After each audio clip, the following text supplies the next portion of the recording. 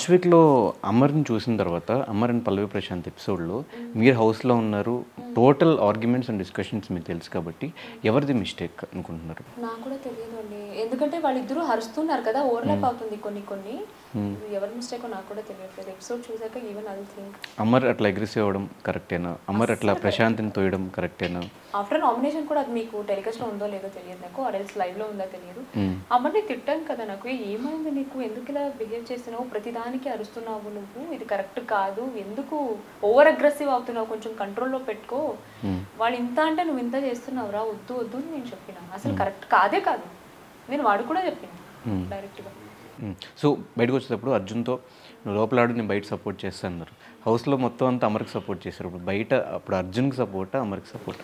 ఒకటి చెప్పనా అండి, ఇప్పుడు ఒక మనిషి బాటమ్ 2కి వెళ్ళి వచ్చిన తర్వాత ఫైనల్ వీక్ అండి, ఇది 14th week. Arjun was inside చాలా ఫీల్ అవుతున్నారు. బాటంలో ఉన్నాను, నేను వెళ్ళిపోతాను అన్న మనిషికి అవునరా నువ్వు వెళ్ళిపోతావురా, ప్యాకింగ్ చేసుకోరా అని ఎవరు చెప్పరు కదండి. నా చేతుల్లో ఎంతవరకు హెల్ప్ చేయగలను అంతవరకు నేను హెల్ప్ చేస్తానని చెప్తాం తప్ప అవునరా నువ్వు వెళ్ళిపోతావు, సీయురా విల్ మీట్ యూ థర్స్డే అని చెప్పి అట్లా చెప్పమని చెప్పలేదు. అట్లీస్ట్ బాగా ఆడు అని చెప్పేసి అట్లా ఎవరికి చెప్పలేదు కదా. మీరు ఎందుకండి అలా చెప్పారు? అర్జున్ కంటే ఫీల్ అవుతున్నప్పుడు Arjun see you on Thursday or Saturday అని చెప్పు రాలేం కదా. సో నా వల్ల ఏదైనా హెల్ప్ అవ్వచ్చు, నా వల్ల ఏదైనా చెయ్యొచ్చు నీకు అంటే 100% నేను చేస్తాను హెల్ప్ అని చెప్పొచ్చు.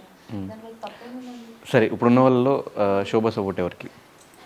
యాజ్ పర్ నా నేను ఎవరికి ఏం చేయాలి, సపోర్ట్ చేయాలని నాకు కూడా లేదండి. ఎందుకంటే శోభా శెట్టి ఒక్క ఓటు వల్ల డిసిషన్ మారదు కాబట్టి జనాలు ఎవరినైతే గెలిపి. బట్ శోభా శెట్టి అట్లా ఇన్స్టాగ్రామ్లో ఒక story please support him or her అని పెడితే ఇవ్వట్లేదండి. నేను టు బీ ఫ్రాంక్ చెప్తున్నాను, మా ఇంట్లో వాడు నాకు అసలు ఫోనే ఇవ్వట్లేదు.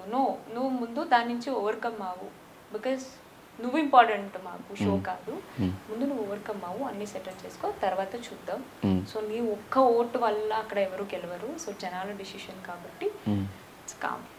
సో కాబట్టి మా ఫ్యామిలీ ఏం చెప్తున్నారో నేను దాన్ని ఫాలో అవుతున్నాను.